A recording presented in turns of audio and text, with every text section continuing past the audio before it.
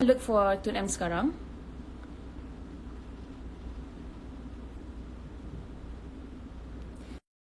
Rahim.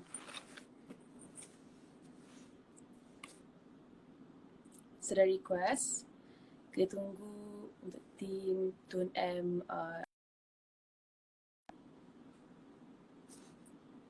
Nervous pula kita.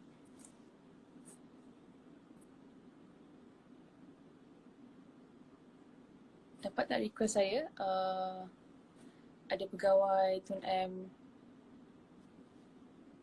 yang berhubung dengan saya tadi. Okay. Waiting for Cik the official to approve.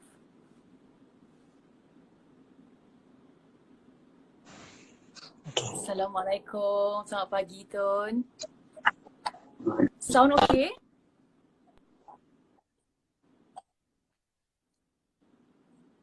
Tun boleh dengar saya dengan clear?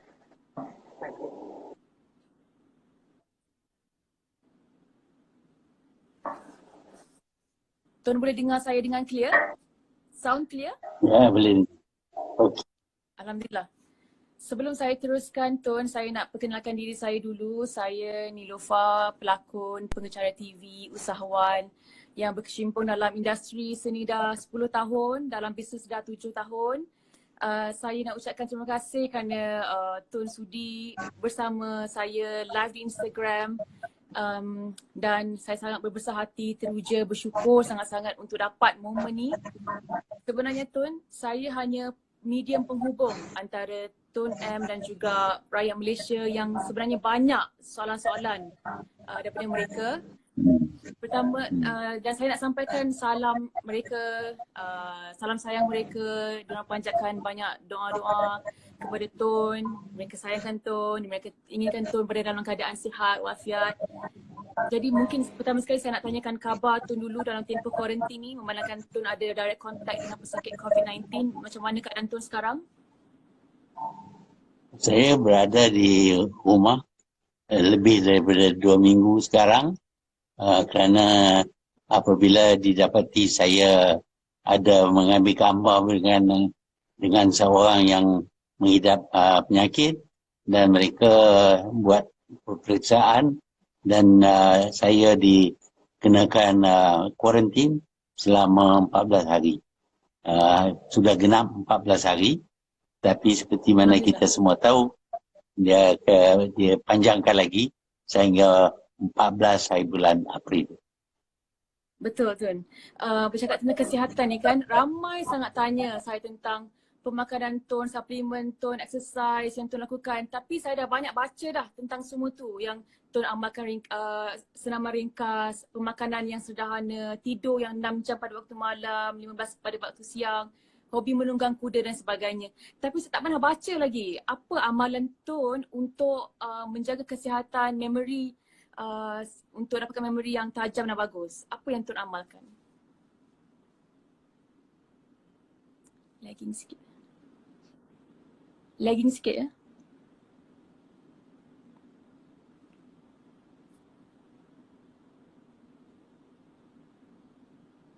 Kejap ya, kita tunggu. Ada masalah lagging sikit.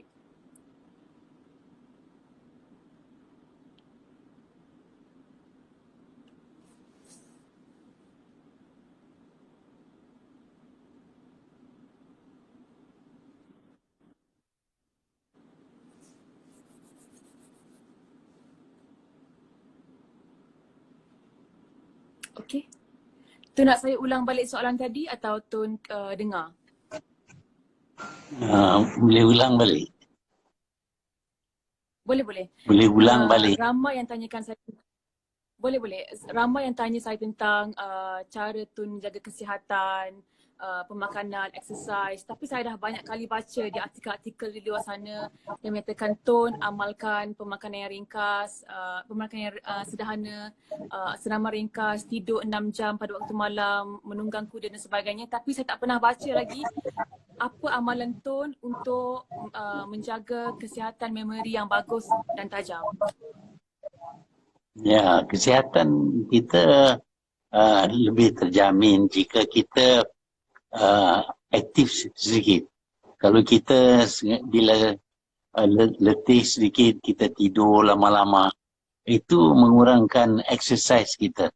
Jadi kita perlu aktif dan perlu baca, tulis, dengar, cakap dan sebagainya, dan menggunakan segala panca indera supaya kita tidak jadi lemah kerana tidak menggunakan segala yang ada kepada kita.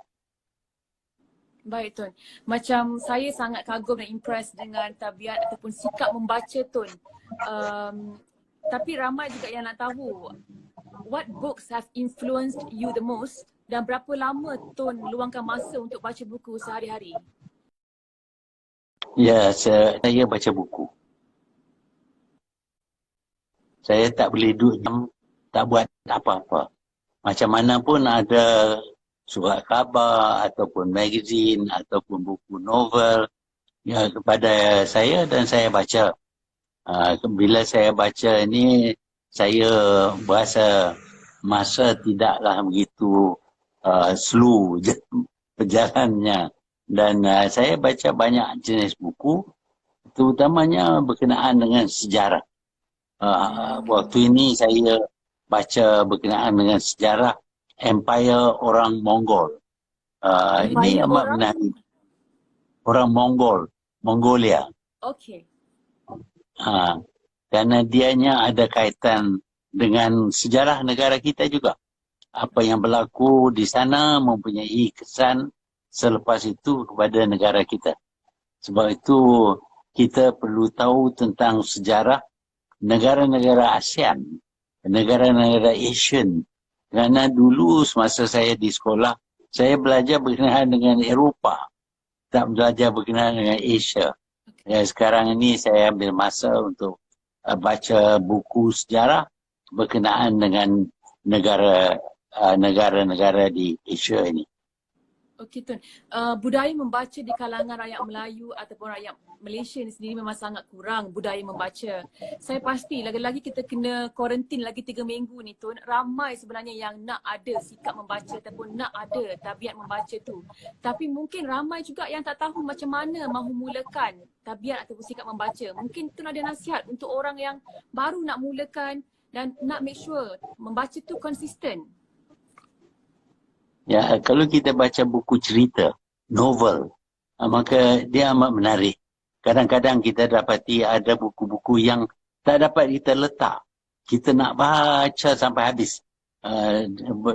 Masa kita nak tidur pun kita baca. Pasal dia interesting dan kita nak tahu apa yang akan berlaku selepas ini. Jadi pandai orang yang menulis ni, author ni, bila dia habis satu chapter, dia ada satu perkara yang berlaku yang hanya boleh diketahui kalau kita baca chapter yang menurut.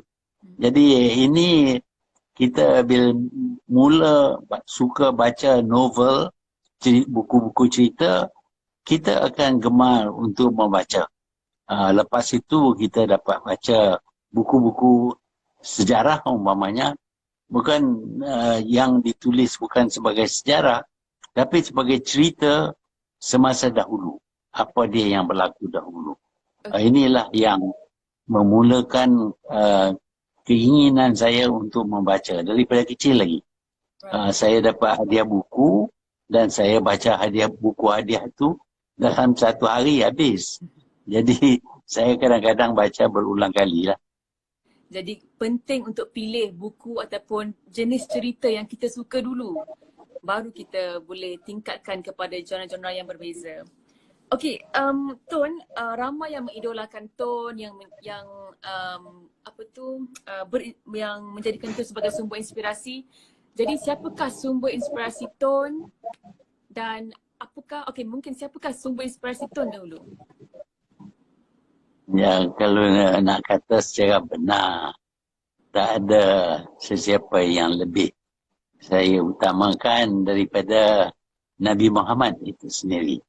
Kerana dia adalah orangnya yang menukar bangsanya daripada jahil kepada yang begitu cekap sehingga dapat mendirikan satu tamadun yang terkenal di dunia.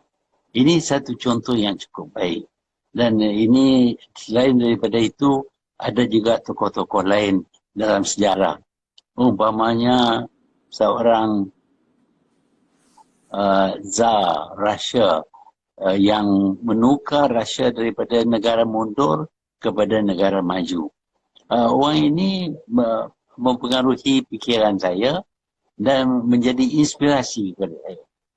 Okey Tun, mungkin nasihat yang paling terkesan ataupun paling berguna yang Tun pernah terima dan masih Tun praktikkan sehingga ke hari ini.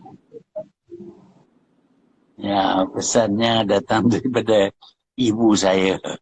Ibu saya berkata kepada saya, jangan kalau pergi mana-mana duduk terlalu lama kerana orang ada kerja lain dan kita mengganggu kerjanya.